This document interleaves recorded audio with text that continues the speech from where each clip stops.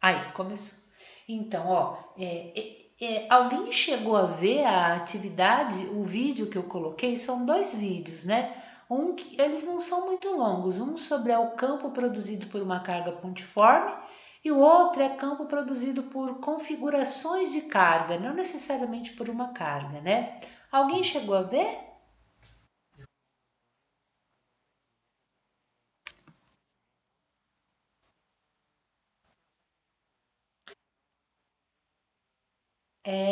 O segundo tem uma linguagem pesada, né? Porque é uma linguagem que vai envolver integral, vai envolver muitas coisas ali, né? Muitos conceitos matemáticos mais complicados, né?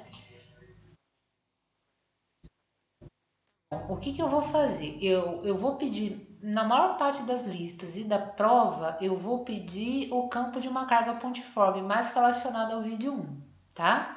Então, nesse momento, a gente vai trabalhar o vídeo um. Eu vou falar um pouquinho de dipolo, que é uma coisa que não é difícil, é tranquila, né? E a última questão da lista de exercício eu vou resolver na próxima semana, no comecinho da próxima semana. Porque acho que até lá vocês vão ter um tempo melhor de entender o conceito de campo elétrico. Tudo bem? Porque a última questão é mais pesada mesmo, né? Então a gente tem um conceito que é um conceito importante, que é o conceito de campo, né? Tem o campo magnético, o campo da Terra, que é o campo gravitacional, e tem um campo que a gente chama de campo elétrico. Então, esse conceito de campo, ele é muito bom, por quê, né? Porque eu posso ter um objeto, né? Esse objeto pode exercer uma força sobre um outro objeto sem que haja contato entre eles. Então, como é que essa força que pode estar atuando entre o objeto A e B existe se não há contato entre eles? Porque existe um campo, né? Se o objeto tiver massa, ele cria um campo gravitacional em volta dele. Se ele tiver carga, ele cria um campo elétrico em volta dele, né? Então é esse campo que nos interessa. Muito engraçado porque o campo ele é uma entidade que existe em volta, por exemplo, da carga elétrica, ele vai existir, mesmo não tendo nada em volta dela. Isso que talvez seja a grande questão na hora de vocês fazerem o exercício, né? Então, se você tiver uma carga, vamos supor que essa carga seja uma carga positiva, né? E essa carga positiva, na realidade, ela vai deformar o espaço em volta dela, criando aquilo que a gente chama de campo elétrico, né? A gente sabe que quanto mais distante a gente está da carga, esse campo é menor. E quanto mais próximo a gente está da carga, o campo é maior. Mas não precisa ter nada em volta dessa carga, né? A existência dela, que a gente chama aqui de carga, a carga que gera o campo, né? A carga geradora do campo, é que muda essa configuração em volta dela, né? Agora, como a gente tem carga de sinal positivo e sinal negativo, como é que eu sei as linhas de campo elétrico em volta dessa carga, né? Então a gente pode testar usando uma carga teste ou carga de prova. E a gente testa usando uma carga de prova positiva. Então, se eu colocar pequenas cargas positivas em volta da região que eu quero testar, não importa se é uma carga positiva ou uma carga negativa, eu sempre vou pensar na carga teste positiva, eu vejo o que acontece com essas pequenas cargas que eu estou testando. Então eu sei que carga positiva com carga positiva tem uma força de repulsão. Então, se essa linha aqui que cria o campo está fixa, essas menorzinhas aqui vão sentir uma força de repulsão, né? Então, essas linhas que eu estou representando aqui são as linhas que representam o campo elétrico em volta de uma carga positiva. Então, o campo elétrico em volta de uma carga positiva é um campo elétrico que aponta para fora da carga positiva, né? Já se eu tiver uma carga negativa e colocar as cargas para testarem como é que essa carga negativa mudou o campo em volta dela, eu vou ver que essas pequenas cargas vão ser atraídas pela carga negativa, né? Então, o campo em volta de uma carga negativa é um campo que aponta para dentro da carga negativa. Então, isso é uma coisa que é uma coisa importante, né? Pensando que ela é um pontinho, né? Se eu tivesse, por exemplo, uma esfera, olha, isso muda radicalmente, né? Se eu tenho uma esfera carregada, e vamos supor, eu falo assim, eu quero calcular o campo dessa esfera carregada nesse ponto P. Qual que é o problema, né? Eu vou ter pequenas contribuições de carga criando o campo nesse ponto P, né? Então eu vou ter uma contribuição de carga a uma distância, vamos supor que essa esfera está carregada positivamente, né? Então eu tenho, para cada pedacinho daquela esfera, eu vou ter distâncias diferentes até o ponto P, né? Então eu não posso usar uma única equação quando eu tenho um corpo sólido carregado, que nem a gente usa quando tem uma carga pontiforme, uma carga cuja dimensão é desprezível. Por isso que a gente vai usar o conceito de integral quando tem corpos, né, que estão carregados, diferentes de quando a gente tem carga, né? E aí, como é que eu calculo o campo elétrico produzido por uma carga, né? O módulo desse campo elétrico é K, módulo da carga geradora do campo, dividido pela distância que eu quero calcular o campo ao quadrado, né? Então, se eu tenho, por exemplo, a minha carga positiva, né? E eu quero calcular o campo a uma distância x, não tem nada nesse local, nada, absolutamente nada. Mas eu quero saber qual é o campo que essa carga positiva produz nesse ponto, né? E eu sei que esse ponto, pelo fato da carga ser positiva, eu vou representar um campo elétrico de afastamento, divergente em relação àquela carga. E dependendo da distância, esse campo tem um valor diferente. Pessoal, tudo bem até aqui?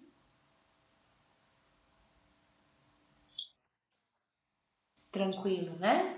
Tá bom. Aí tem duas questões da lista, uma que eu acho muito simples e uma que eu acho bastante pesada, né? Envolvendo exatamente essas duas questões, envolvendo o campo elétrico de uma carga pontiforme.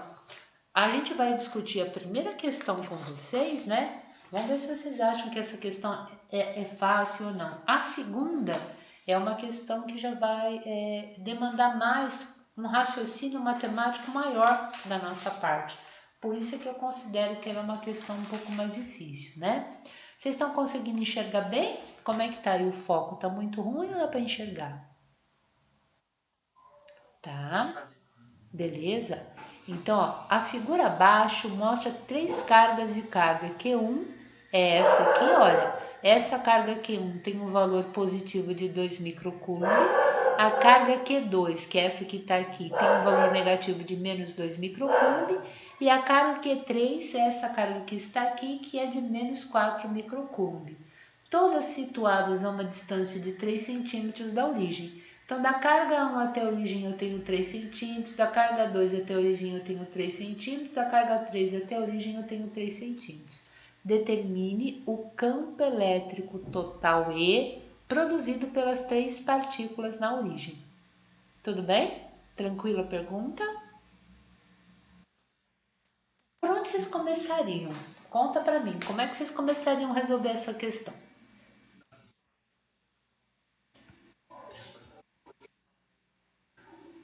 Somar Q1 e Q2?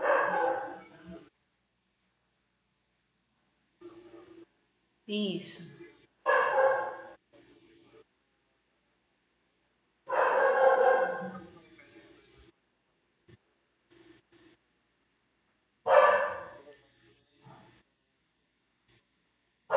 Tá, então você falou assim, ó, Q1 é positivo, né? Tanto Q3 quanto Q2 são cargas negativas, né? Então isso aqui, essa informação nós temos. Só um minutinho que tem gente pedindo para entrar. Tem que parar aqui um pouquinho. Tá, beleza, ó. Já entrou, já tá tudo certinho, ó. Sejam bem-vindos quem tá chegando, né? Então, ele quer calcular o campo aonde? Aqui na origem desse ponto, né? Então é como se aqui na origem tivesse aquela carga de prova, aquela carga positiva. E eu quero ver o que essa origem sente na presença de Q1, na presença de Q3 e na presença de Q2, né? Como Q1 é uma carga positiva, então esse campo aqui vai ser um campo de afastamento em relação àquela carga. Eu vou chamar esse campo de E1, né? Esse ponto aqui em relação a Q2, como Q2 é negativa, então aponta para dentro de Q2. Então aqui eu tenho o campo que eu vou chamar de E2, né? E você está certo. Como os dois campos têm mesma direção e sentido, Então, eu vou ter um único vetor ao longo dessa reta apontando no sentido da carga Q2, né? Eu posso, então, calcular E1 e E2, que vão ter o mesmo módulo, porque o valor de Q1 em módulo é o mesmo valor de Q2 e a distância até o ponto é a mesma, né? E depois eu tenho a carga Q3 aqui que é negativa, então eu vou ter um outro campo ao longo dessa reta que aponta para dentro de Q3, porque a carga 3 é negativa, que eu vou ter o campo E3. Então é importante, né? Eu estou sempre olhando o ponto em relação à carga. Carga 1 é positivo, o campo então afasta da carga Q1, é o E1. Carga 2 é negativo, o ponto aponta para dentro da carga negativa. E E3 é negativo, então o campo aponta para dentro da carga Q3. Tudo bem? E aí eu queria perguntar para vocês, como é que vocês resolveriam isso? Conta para mim, como é que vocês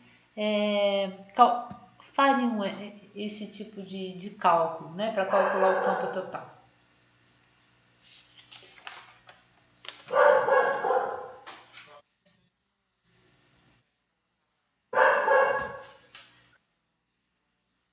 Isso, certinho, Omar.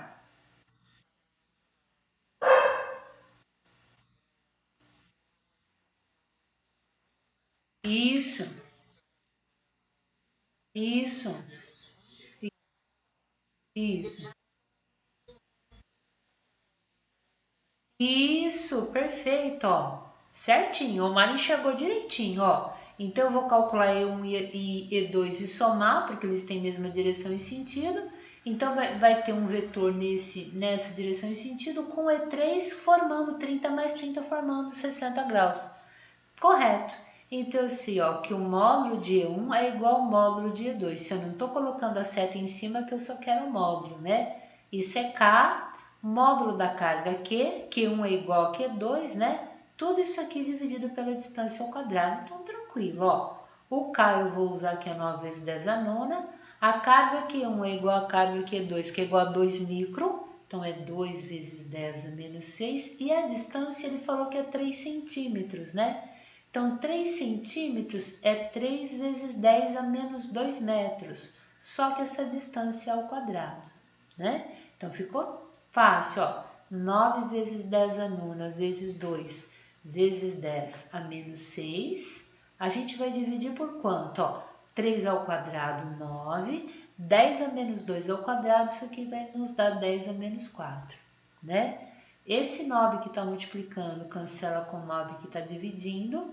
Então, a gente vai ter aqui 2. 10 a nona com 10 a menos 6 dá 10 a terceira. E esse 10 a menos 4 passa para cima 10 a mais 4, né? 10 a mais 3 com 10 a mais 4 dá 10 a sétima, né? Então, o módulo do campo E1 é exatamente igual ao módulo do campo E2, que vale quanto? 2 vezes 10 elevado à sétima, né? Só que esse é um valor de um dos campos, né? Como os dois têm a mesma direção e sentido, eu posso somar. Eu vou falar então que a resultante, ele não é a resultante final, é um ER', né? O ER' é um módulo de E1 mais um módulo de E2, ou seja, 2 vezes 10 a 7 mais 2 vezes 10 a 7, isso aqui dá 4 vezes 10 a sétima Newton por cubo, né? E aí eu vou calcular o E3. O E3 é um campo no ponto P que está à mesma distância da carga Q3, só que a carga Q3 é 4 microcoulombs. Então, a gente vai ter que calcular esse campo que eu chamo de E3. E aí fica E3 é igual a K, né? Módulo da carga Q3 sobre a distância ao quadrado. Isso é tranquilo também, né? O K vale 9 vezes 10 a nona. A carga Q3 é 4 vezes 10 a menos 6 e a distância ao quadrado é a mesma anterior, né? Então, esse 3 vezes 10 a menos 2 ao quadrado ficou 9 vezes 10 a menos 4. Então, 9 vezes 10 a menos 4, né? O 9 que está multiplicando cancela com o 9 que está dividindo. Então, isso aqui fica 4 vezes 10 ao cubo dividido por 10 a menos 4. Esse 10 a menos 4 passa para cima 10 a mais 4, fica 4 vezes 10 a sétima Newton por cubo. Tudo bem? E aí, tá certinho, né? Eu vou ter um E3 ao longo dessa diagonal e um ER' ao longo dessa diagonal, inclinados de 60 graus. Eu não vou poder somar, porque eles estão inclinados de 60. Para achar o ER', ou melhor, o ER total, eu vou ter que usar a lei dos cossenos. Então, eu vou ter que R ao quadrado, o valor do primeiro campo, que eu vou chamar ER' ao quadrado, mais o E3 ao quadrado, mais 2 vezes o ER', vezes o E3, vezes cosseno de 60. Pessoal, tudo bem a lei dos cossenos até aqui? Tá, isso aí a gente já tinha visto lá na lei de Coulomb, né? Como o campo também é um vetor, eu somo vetores aí inclinados em um ângulo de 60 graus usando a lei dos cossenos. Se fosse força no lugar de campo, eu ia usar que força é resultante ao quadrado, né? A primeira força ao quadrado, mais a segunda ao quadrado, mais 2 vezes a primeira vezes a segunda vezes cosseno do ângulo entre elas, tá bom? Então, pois não, pode. 4π epsilon zero. Ah, tá. Então, olha, o que a gente mede é uma constante chamada epsilon zero no vácuo, né? Que é a permissividade elétrica do vácuo. Então, quando a gente coloca, né? A gente fala que o K é 1 sobre 4π epsilon zero. Se eu trocar o epsilon zero lá por 8,85, se eu não me engano, vezes 10 a menos 12, e fizer a conta, dá aproximadamente 9 vezes 10 a nona. Então, para todo momento eu não ter que fazer essa conta, eu já uso o K no lugar.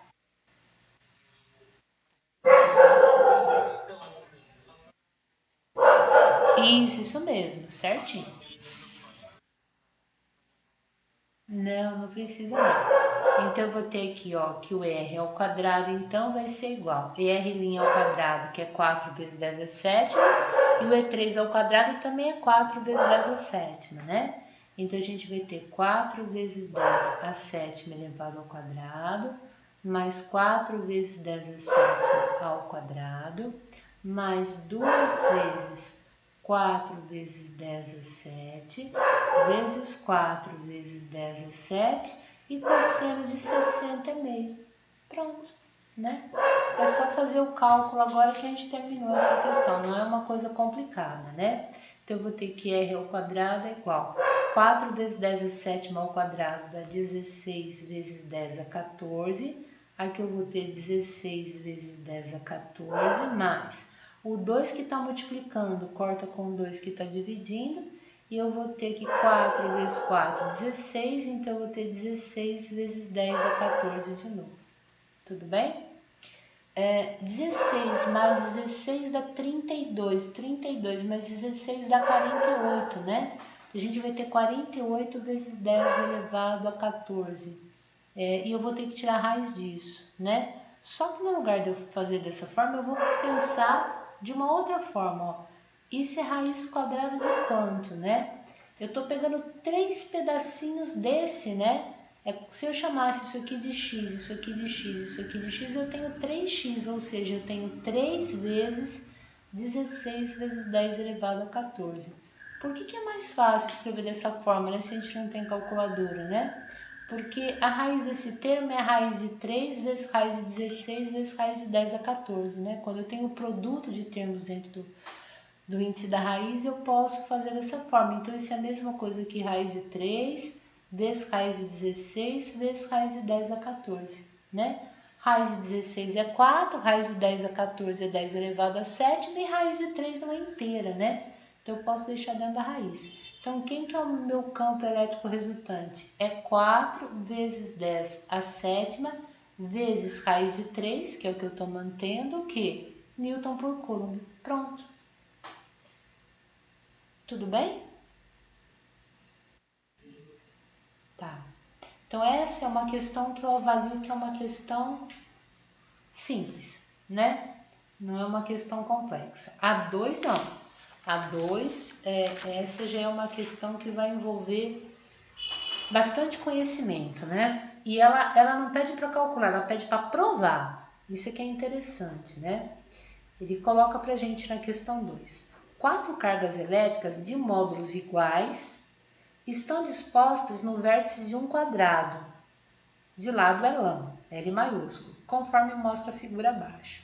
Mostre que o campo elétrico no ponto médio de um lado do quadrado está na direção do lado apontando para a carga negativa. Então, se você pegar qualquer lado, ele falou que o módulo do campo no ponto médio, ele vai estar no próprio lado do quadrado apontando no sentido da carga negativa. E o valor desse campo, é K 8Q sobre L ao quadrado, abre parênteses, 1 menos raiz de 5 sobre 25. Então, eu tenho que provar que se eu pegar qualquer ponto médio do lado desse quadrado e calcular o campo total de todas as cargas sobre esse ponto, o campo vai estar exatamente nessa direção do lado do quadrado, só que apontando para a carga negativa, não importa qual lado eu pegue. Tudo bem a pergunta?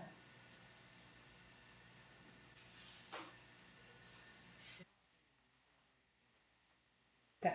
Deu para entender então que eu vou ter que pegar não importa qual lado. Por exemplo, se eu escolher esse lado, eu vou pegar bem no ponto médio do lado, né?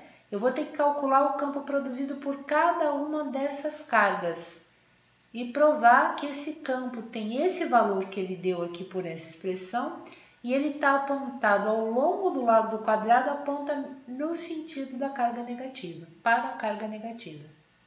Tranquilo? Essa é a questão que eu tenho que provar, né? Demonstrar. Bom, quero a ajuda de vocês, né? O lado do quadrado, o lado inteiro mede L, né? Então, eu vou preferir trabalhar nesse cantinho aqui, ó. Então, eu vou chamar esse aqui o ponto P, né? Por onde vocês começariam a calcular esse campo total no ponto P?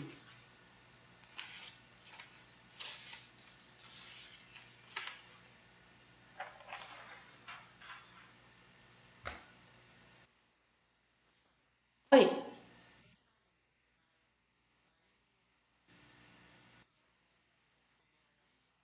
Sim, mas poderia ser aqui nesse lado, qualquer lado do quadrado. Eu vou pegar um ponto que vai ser o ponto médio de qualquer um dos lados.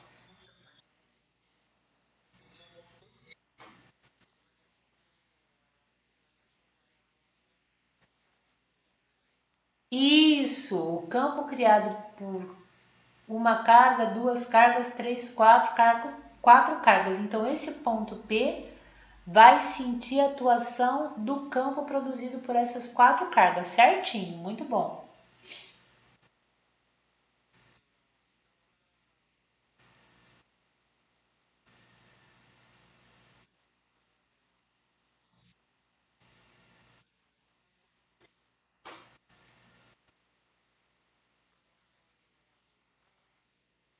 Tá, essa aqui, né? Isso. Isso, perfeito. E para a carga de cima é perfeito, certinho. Muito bom.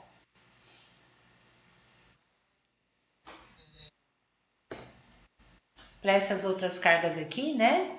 Vamos batizar? Vamos chamar essa aqui de carga 1, essa aqui de carga 2, essa aqui de carga 3 e essa aqui de carga 4. Pode ser? Tá. Então, do ponto P até a carga 1, qual que é a distância? Isso, olha, perfeito, ó. Então, vou pontilhar aqui, ó. Não, oxe, não ficou tão bom não. Ó, essa distância azul mais claro, né? Olha, você tá certinho. Se você tá olhando um triângulo aqui, ó, né? Esse lado aqui é L, que é o lado do quadrado, e esse aqui é metade de L. Mas dessa carga 1 até o ponto P é uma hipotenusa, né? Porque aqui eu tenho um ângulo de 90 graus. Será que dá para encontrar essa distância aqui?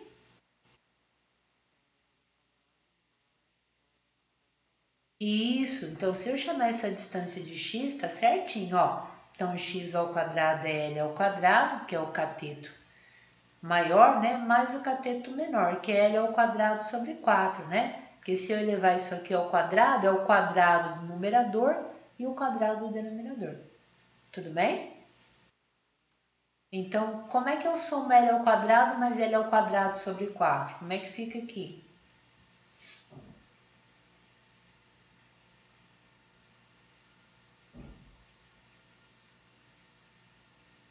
Tem que tirar o MMC, não é? Não é assim que vocês aprenderam? O MMC de 1 e 4 é 4, né? Daí, ó, 4 divide pelo de baixo e multiplica pelo de cima. 4 dividido por 1 dá 4. 4 vezes L ao quadrado dá 4L ao quadrado. 4 dividido por 4 dá 1. 1 vezes L ao quadrado dá L ao quadrado.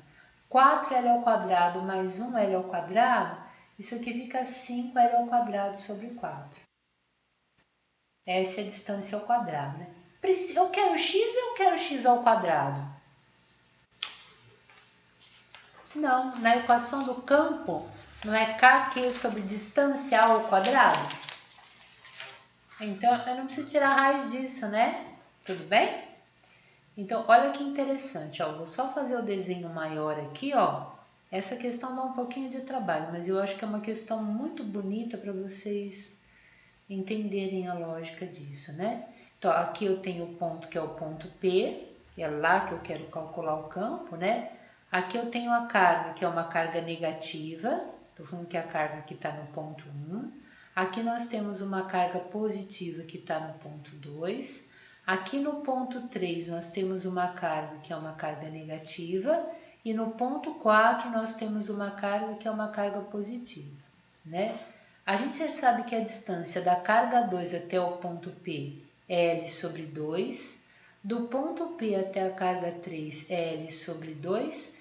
E a distância ao quadrado da carga 1 até o ponto P, nós chamamos de x ao quadrado, é 5L ao quadrado sobre 4. Então, 5L ao quadrado sobre 4. Pergunta boba. E a distância da carga 4 até o ponto P? Opa, é a mesma coisa, perfeito. Então, agora como é que eu acho o campo total produzido por essas 4 cargas no ponto P?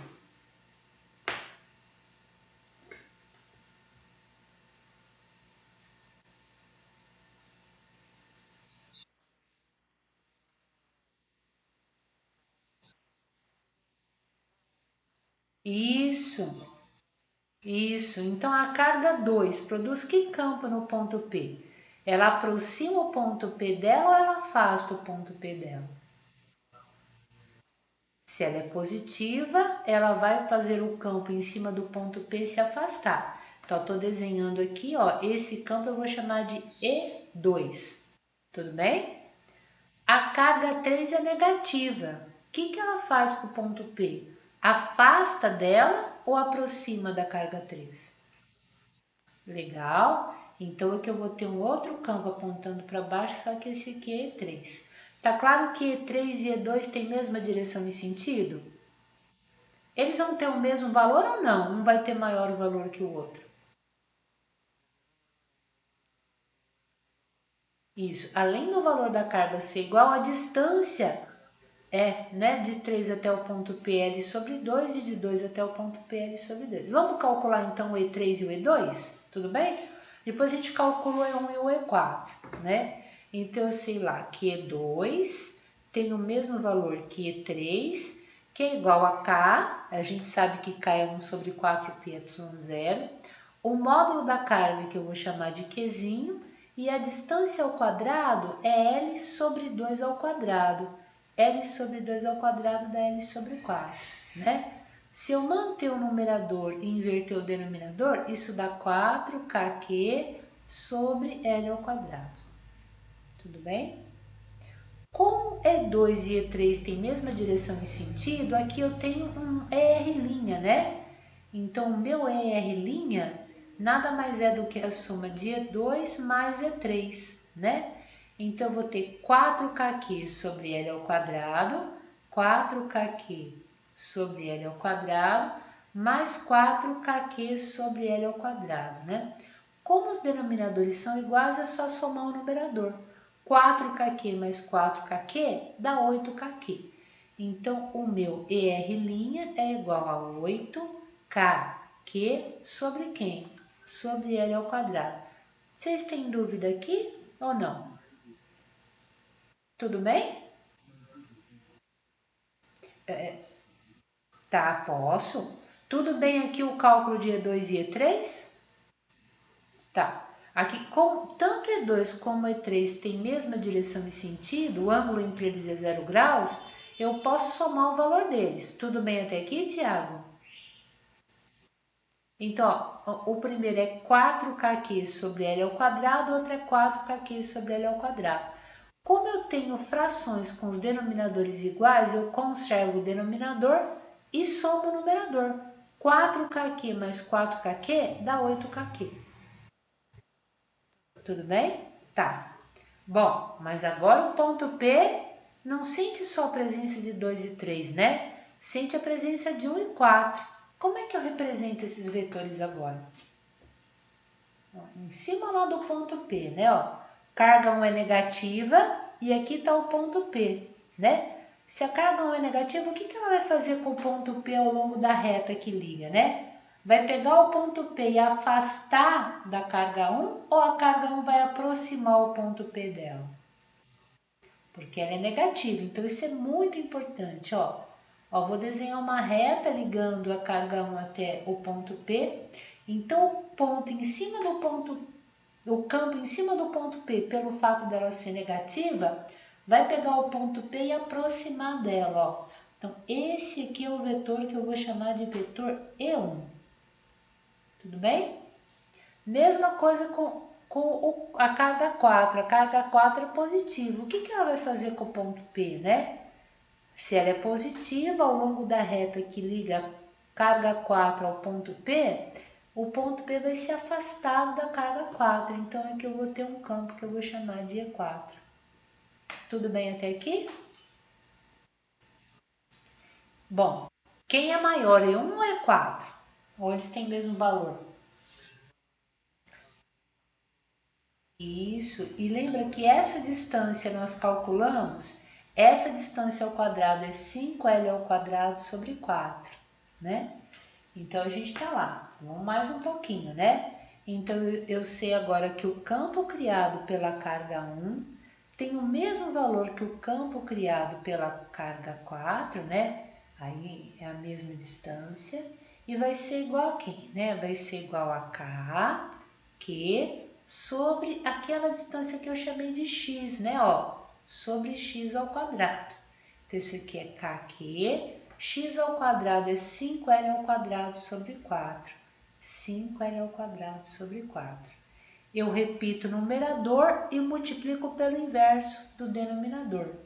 Então, o 4 vai passar para cima, isso é 4kq sobre quem? 5L ao quadrado.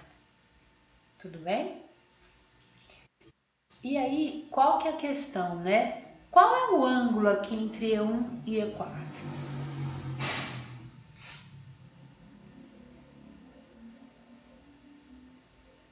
Porque se eu souber o ângulo aqui, ó, eu uso a lei dos cossenos com E1 e E4 e calculo o E resultante aqui, né? Mas eu sei qual é esse ângulo. Sabe que ângulo que é?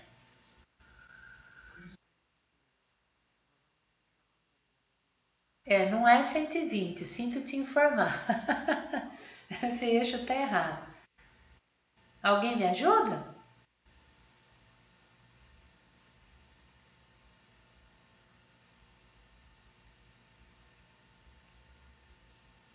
Omar, quer tentar? Você é mais falante?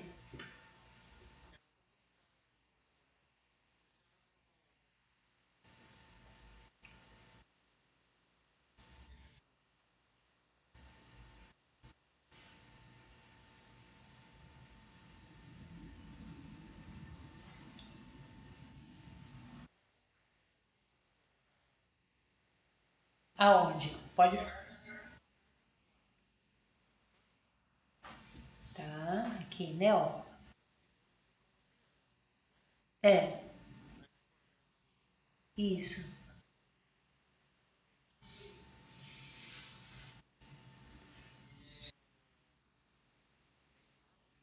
Não, isósceles tem que ter dois lados iguais. Ó. Isso aqui é L, isso aqui é L sobre 2 e isso,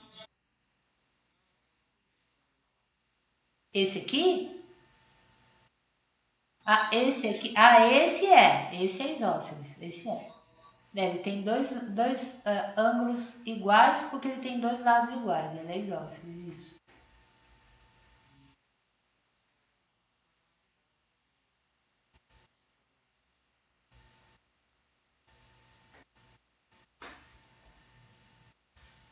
Vocês perceberam que a gente não travou na física, a gente travou na matemática. Ficou claro isso para vocês? A gente travou na matemática, até aí a física é fácil. O problema é a matemática, né?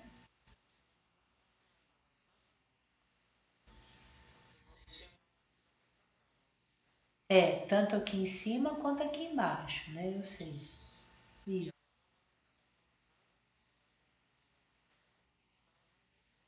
Isso. A soma isso mesmo. Pode ser 10 e 80, 20 e 70, 30 e 70. Pode ser várias possibilidades.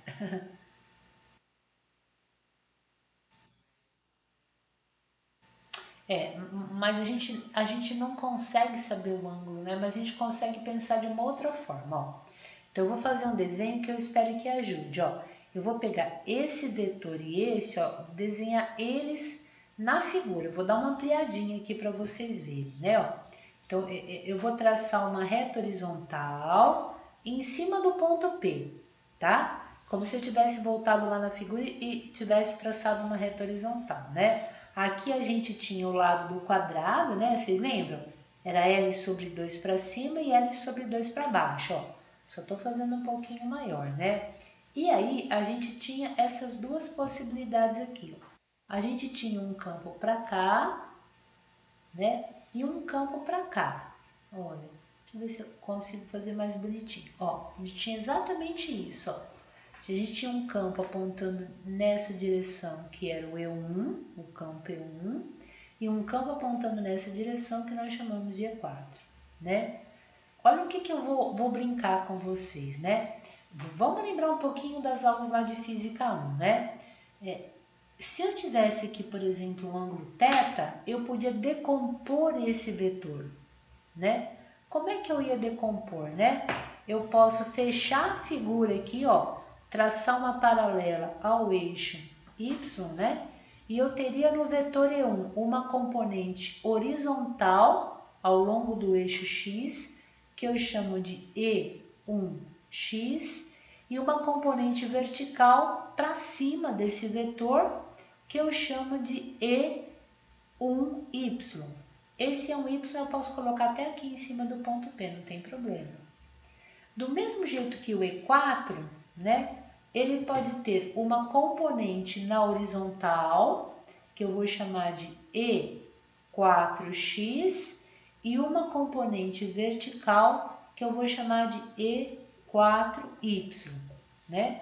O que é importante a gente perceber, né?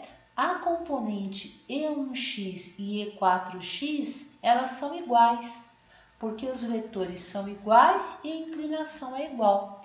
Então, significa que E1x para a esquerda anula E4x para a direita, né?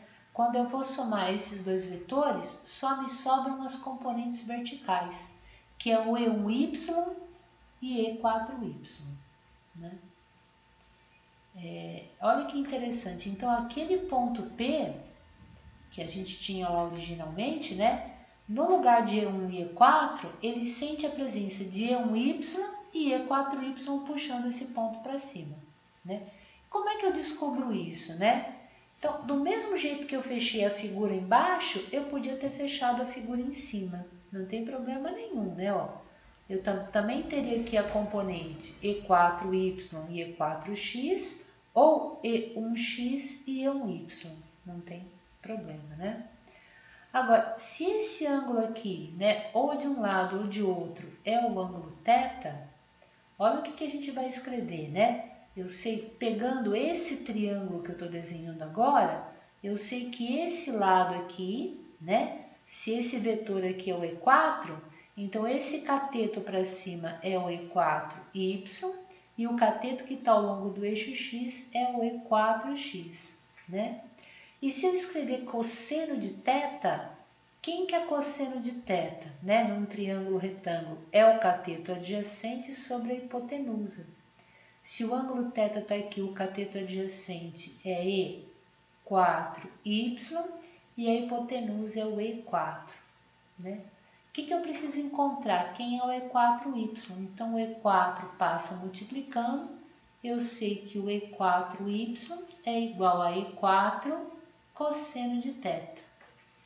E olha que bonitinho, né? O E4 a gente calculou, né? E1 e E4 ó, é essa expressão. O que eu preciso calcular? Cosseno de θ, né? Eu vou parar um pouquinho agora e respirar. Alguém quer que volte nessa parte? Essa parte é importante.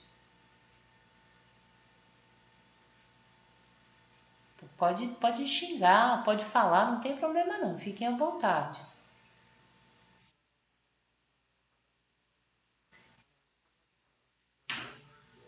Porque ó, eu estou pegando o vetor que está inclinado e pegando a componente dele no eixo x e no eixo y, tanto do E1 quanto do E4, né?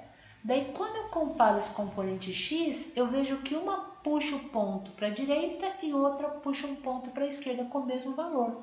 Então, eles se anulam. O que vai sobrar? A componente do vetor E1 que puxa o ponto para cima, tanto o E1y quanto o E4y. E eu quero descobrir quem é essa componente y, né? Para isso, eu olhei esse triângulo aqui e chamei esse ângulo de θ, né? E o que é cosseno de um ângulo? É o cateto adjacente sobre a hipotenusa. O cateto adjacente é a componente y, E4y, e a hipotenusa é o E4. Como eu quero a componente y, o E4 passou multiplicando, né? Isso, meu querido, correto. Eu vou até escrever aqui, ó. Cosseno de θ é igual cateto adjacente sobre a hipotenusa. Tudo bem? Então, eu vi que o cateto adjacente era o E4y e a hipotenusa é o E4. Tá bom? Tudo bem? Então, o que eu preciso? Encontrar o cosseno desse ângulo θ, né? Então, eu vou voltar lá na figura de cima, ó. Olha, então, esse é o ângulo θ que eu quero, ó. Esse é o ângulo θ. Só que eu vou encontrar o ângulo θ não a partir de campo, mas a partir de lado, né? Ó, eu sei que esse lado aqui é L, esse lado aqui é L sobre 2 e esse lado é o x. Daí sim, o x é igual a raiz quadrada de 5L ao quadrado sobre 4. Então, eu quero esse lado, né? Raiz quadrada de L ao quadrado é L e raiz quadrada de 4 é 2. Então, o lado x vai ser L sobre 2, raiz quadrada de 5. Ó. Esse é o lado x, né? Então, eu vou fazer um desenho aqui, ó, só do triângulo que me interessa, ó. Olha, estou pegando o triângulo aqui, ó. Então, esse lado é L, esse lado é L sobre 2, e esse lado aqui é o L raiz de 5 sobre 2. Então, aqui é L sobre 2, e aqui é L raiz de 5 sobre 2. E eu quero o cosseno desse ângulo θ, né? E eu uso a mesma coisa, né? Quem que é cosseno de θ? Cateto adjacente sobre a hipotenusa, né? O ângulo θ é o mesmo tanto quanto eu penso nas medidas do lado, quanto eu penso no campo. O ângulo θ é o mesmo, né? Então, eu vou encontrar o cosseno de θ olhando os lados da figura, né? Ou seja, é o cateto adjacente a θ, que é L sobre 2, dividido pela hipotenusa, que é L raiz de 5 sobre 2. Então, vou lá devagarzinho, ó. Então, meu cosseno de θ é o cateto adjacente naquela figura, que é L sobre 2, tudo isso dividido pela hipotenusa, que é L raiz de 5 sobre 2, né? Mantenho a fração de cima, que é L sobre 2, e multiplico pelo inverso da de baixo, que é 2L raiz de 5. L simplifica com L, 2 simplifica com 2. O que nós descobrimos? Ó, que o cosseno de θ é 1 sobre raiz de 5, né? Tenho que racionalizar o denominador, vou multiplicar por raiz de 5 em cima e raiz de 5 embaixo. 1 vezes raiz de 5 é raiz de 5, raiz de 5 vezes raiz de 5 é raiz de 25, que é 5. Então, nós descobrimos que cosseno de θ é raiz de 5 sobre 5. E aí eu venho aqui, ó. Quem que é a componente y, então? O E4y é o E4, que é 4kq sobre 5L ao quadrado, vezes cosseno de θ. Mas quem que é cosseno de θ? Raiz de 5 sobre 5. Então, vou lá, né? Vou achar essa componente aqui, E4y, que é o E4, 4kq sobre 5L ao quadrado, vezes cosseno de θ. Só que cosseno de θ é raiz de 5 sobre 5, né? Dá para dar uma melhoradinha aqui, né? Ó, 4kq raiz de 5 não dá para multiplicar, mais 5 vezes 5 dá 25. Então, isso ficou 4 raiz de 5 kq sobre 25L ao quadrado. Tudo bem? Tô judiando muito? Posso? Então, lembra que o E4y era o E4 cosseno de θ? O E4 nós tínhamos calculado e o cosseno de θ nós calculamos, né? Então, eu só multipliquei, né? Na multiplicação de fração, é numerador vezes numerador e denominador vezes denominador.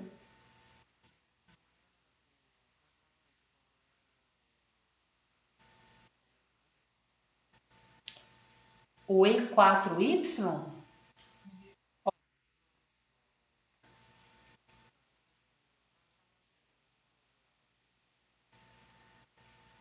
para a gente achar o cosseno de θ, você está falando, a gente usou os lados, ó. A gente usou L, L sobre 2 e L raiz de 5 sobre 2.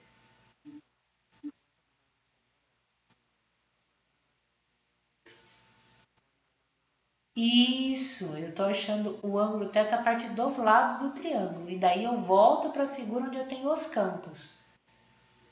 Tudo bem? Bom, mas vamos lá, né? Então, o que eu tinha dito para vocês, né? Que as componentes x se anulam. Mas o E4y para cima e o EY, eles vão se somar, porque os dois estão apontando para cima, né? Então, eu vou ter dois campos para cima aqui, ó, no ponto P, né? Eu vou ter o ponto P, um vai ser o E4y e o outro vai ser o E1y, né? Como os dois estão apontando para cima, eu posso somar. Então, eu vou falar que eu vou ter um campo, ó, um ERY apontando para cima, que é 4 raiz de 5 kq 25 ali ao quadrado, mais 4 raiz de 5 kq 25 ali ao quadrado, porque os dois campos são iguais, né? Vocês sabem quanto dá a soma desses dois valores? 4 raiz de 5 kq sobre 25 L ao quadrado, mais 4 raiz de 5 kq sobre 25 L ao quadrado. Vocês sabem quanto dá isso?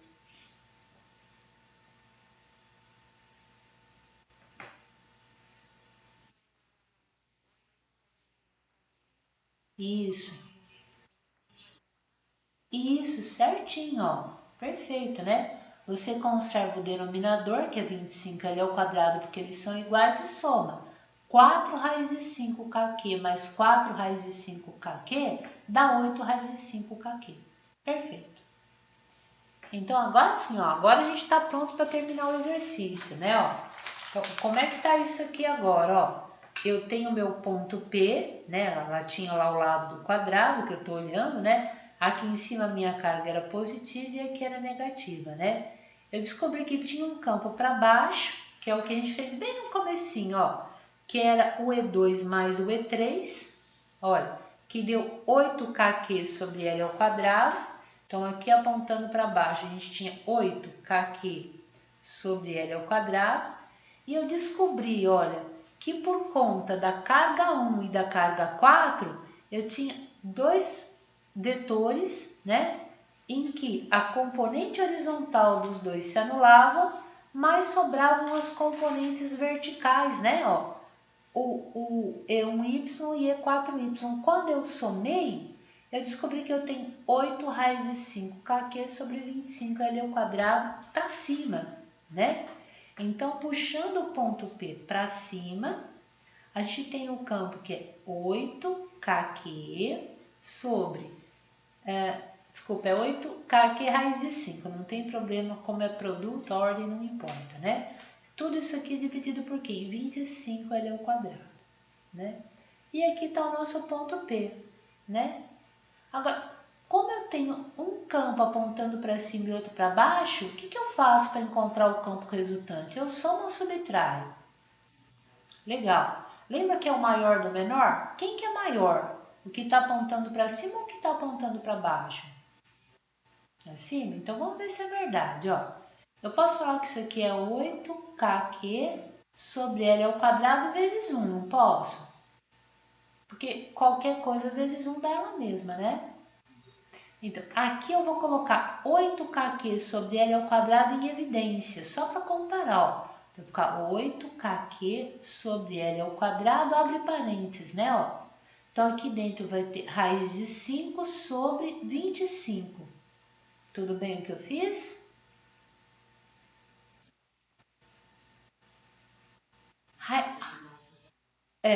Para ver qual que é o maior, né? Raiz de 5 dividido por 25 dá quanto? Só para a gente ter uma noção. Opa! Então o número de cima é menor do que o de baixo, né? Ó? Porque eu tenho como 8kq sobre L ao quadrado, só que um eu multiplico por 1 e o outro eu multiplico por um número menor que 1. Tudo bem?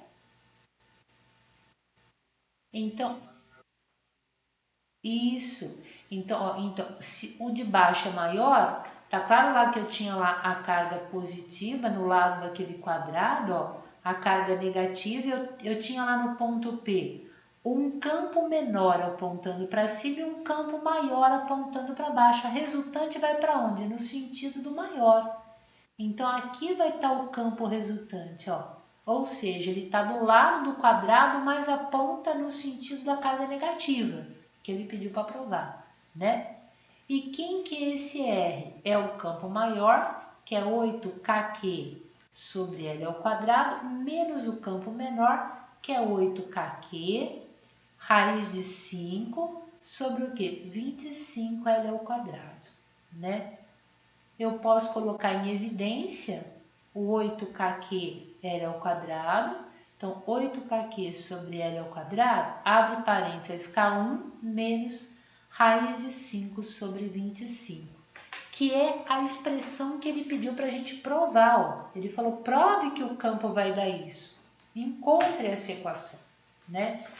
Só vou colocar lá para vocês confirmarem se a gente encontrou a equação certa. Ó, o E é igual a 8kq sobre L ao quadrado, 1, abre parênteses, é 1 menos raiz de 5 sobre 25.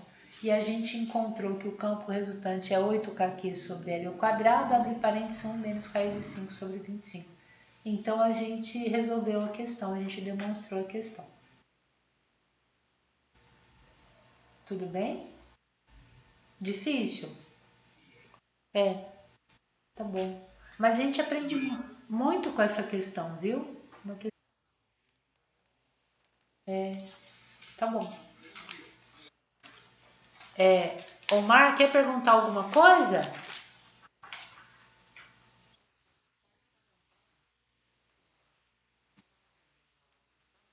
Tá?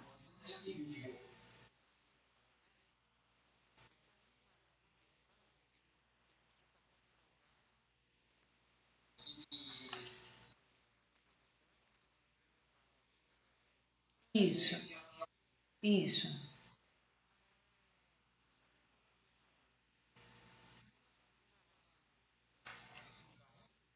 Tá.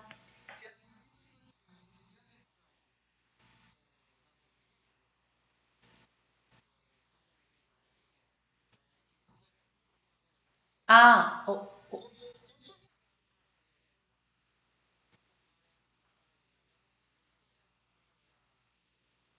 o ângulo.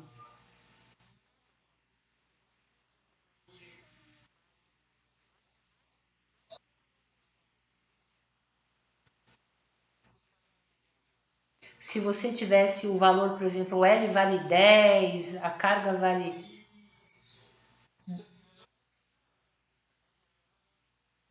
Aham, aham, sim.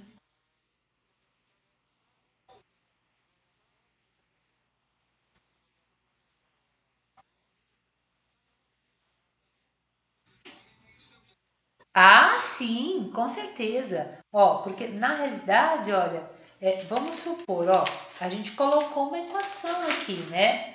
Ó, ela serve para qualquer lado, para qualquer carga, né? Por exemplo, se a carga for 2 microcoulomb e o lado for 3 centímetros, você coloca aqui e você mata, você resolve a questão, né? E lá também, né? Você resolveria a questão.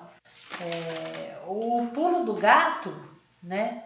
Para demonstrar ou resolver com valores, é exatamente isso, é entender esse ângulo θ aqui, ó. Esse ângulo θ é que é o pulo do gato, né? E entender que na realidade você vai decompor esses dois vetores e vai precisar só da componente y, mesmo que você tivesse valores, né? Se você tivesse valores numéricos, você teria, por exemplo, um vetor apontando. Deixa eu só arrumar aqui um pouquinho, só depois na hora de vocês verem o vídeo vocês vão ficar mais bagunçados ainda, né? Você poderia ter um E1 aqui que, por exemplo, é 12 newton por coulomb e 12 newton por coulomb, né?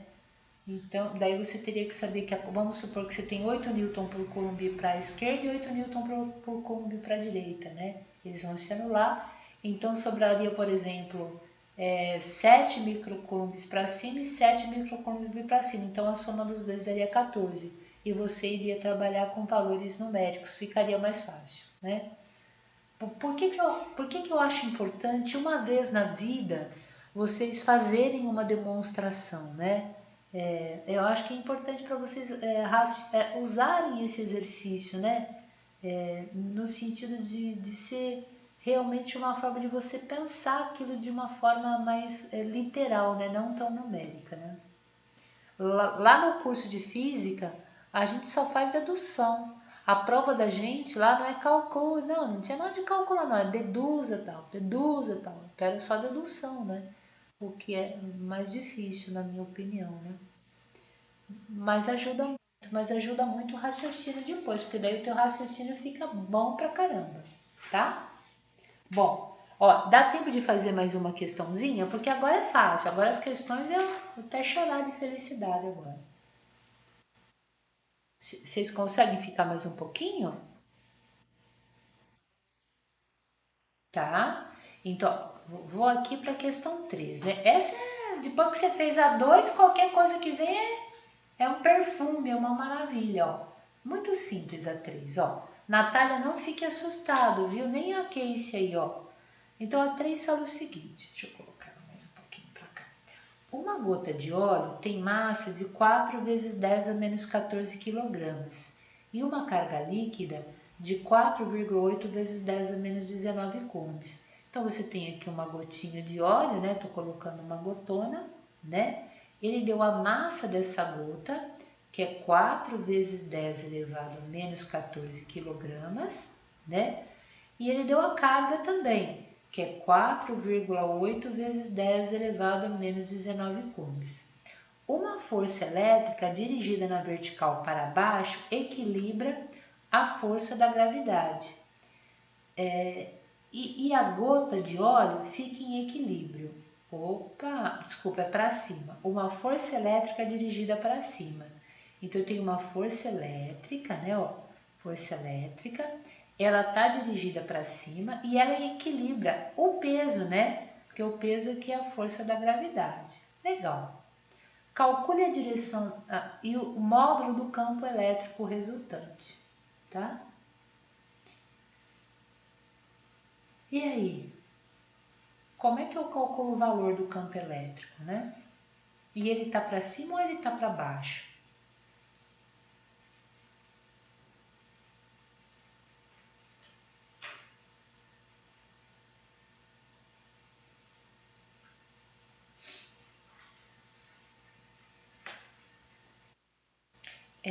Quem viu o primeiro vídeo, né? A gente falou lá que o peso é a massa vezes o campo gravitacional, né?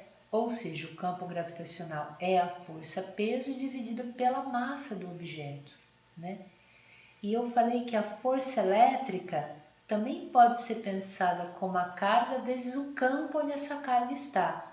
Ou seja, o campo elétrico nada mais é do que força elétrica sobre carga. Eu fiz uma analogia aqui, ó, né? Peso é força gravitacional e eu tinha força elétrica. A propriedade do objeto é massa, a propriedade do objeto é carga. Aqui eu tenho o campo gravitacional e aqui eu tenho o campo elétrico, né? Então, como a partícula está em equilíbrio, a gotinha está em equilíbrio, por que ela está parada? Porque a força elétrica que puxa ela para cima é igual à força da gravidade que puxa ela para baixo, né? Então, a gente sabe que força elétrica é igual ao peso, e aí fica fácil. Força elétrica é a carga vezes o campo elétrico, é uma das formas que eu posso pensar, e o peso é a massa vezes a gravidade, né? Como eu quero o valor do campo elétrico vai ser a massa vezes a gravidade dividido pela carga, né? A massa ele deu 4 vezes 10 a menos 14, a carga ele deu 4,8 vezes 10 a menos 19, a gravidade eu vou supor que é 10, não vou colocar 9,8 não. Então vai ficar 4 vezes 10 a menos 14, vezes o campo gravitacional 10, tudo isso aqui dividido pela carga, que é 4,8 vezes 10 elevado a menos 19.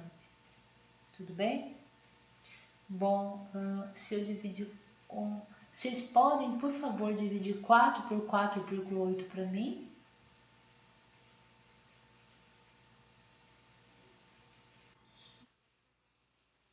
Obrigada.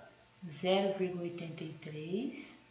Daí, ó, 10 a menos 14 com 10 a primeira, a gente vai ter 10 a menos 13, né? Esse 10 a menos 19 passa para cima 10 a mais 19. Então, a gente vai ter 0,83 vezes 10 mais menos 13 com mais 19 dá mais 6, né? E aí, se eu usar a notação científica aqui, né? Isso fica 8,3 vezes 10 a quinta Newton por Coulomb. Esse seria o valor do campo elétrico para carga, para a gotinha de óleo ficar em repouso, né? Agora, é uma coisa muito importante, né? Se você tem um campo, né? Um campo elétrico e coloca uma carga positiva, a força puxa a carga positiva na mesma direção e sentido que o campo, né? Mas se você colocar uma carga negativa, a força ela puxa a partícula contra o campo. A gente poderia pensar isso quando a gente pensa em duas placas, para entender isso bem, duas placas, uma carregada positivamente e uma carregada negativamente, né? Como é que eu desenho as linhas de campo aqui, né? Ela sai da positiva e aponta para negativa, né? Ó, é aqui que eu teria o campo elétrico sendo representado, as linhas de campo elétrico, né? Agora, se eu colocar nessa região que tem um campo elétrico uma carga positiva, ela é repelida pela placa positiva e é atraída pela negativa. Então, a força sobre ela tem o mesmo sentido que o campo. Mas se eu colocar uma carga negativa, ela é repelida pela placa negativa e é atraída pela positiva. Então, olha que interessante, né? Então, o campo aponta para a direita, mas sobre a carga negativa, a força que atua sobre ela é contra o campo, né? Como nossa carga é uma carga positiva e a força está para cima, Então, carga positiva, a força tem o mesmo sentido que o campo. Então, o campo elétrico também está apontando para onde? Para cima. Tudo bem o que eu fiz na questão? Essa foi mais fácil?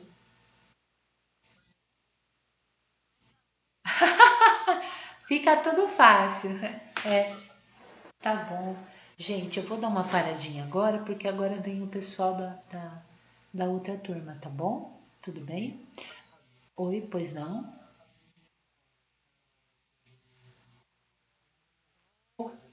Não, eu já subo, ponho no Moodle. Daí, se vocês tiverem dúvida, vocês podem perguntar no atendimento da semana que vem, tá bom? E eu deixei para entregar, se eu não me engano, na terça-feira, né?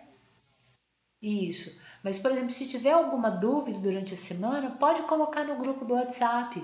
Às vezes eu dou uma olhadinha assim, se pergunta, eu já respondo, para você não ficar carregando essa dúvida, né, a semana toda. Pode colocar lá, tá bom? Se eu não conseguir atender na hora, eu falo, olha, mais tarde ou amanhã eu te respondo. Então eu já vejo e já te respondo, tá bom? Tá. Oi, lindos, pode falar. Tem, eu pedi pra. Acho que a Natália. Alguém criou. Foi a Natália que criou?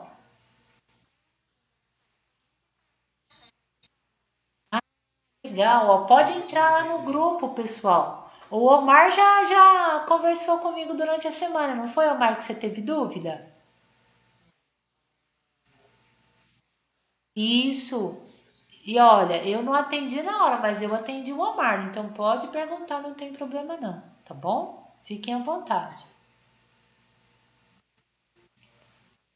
Fiquem com Deus, gente. Bom atendimento se vocês tiverem mais um, tá? Um beijo. Tchau, fiquem com Deus. Tchau. Até mais. Tchau.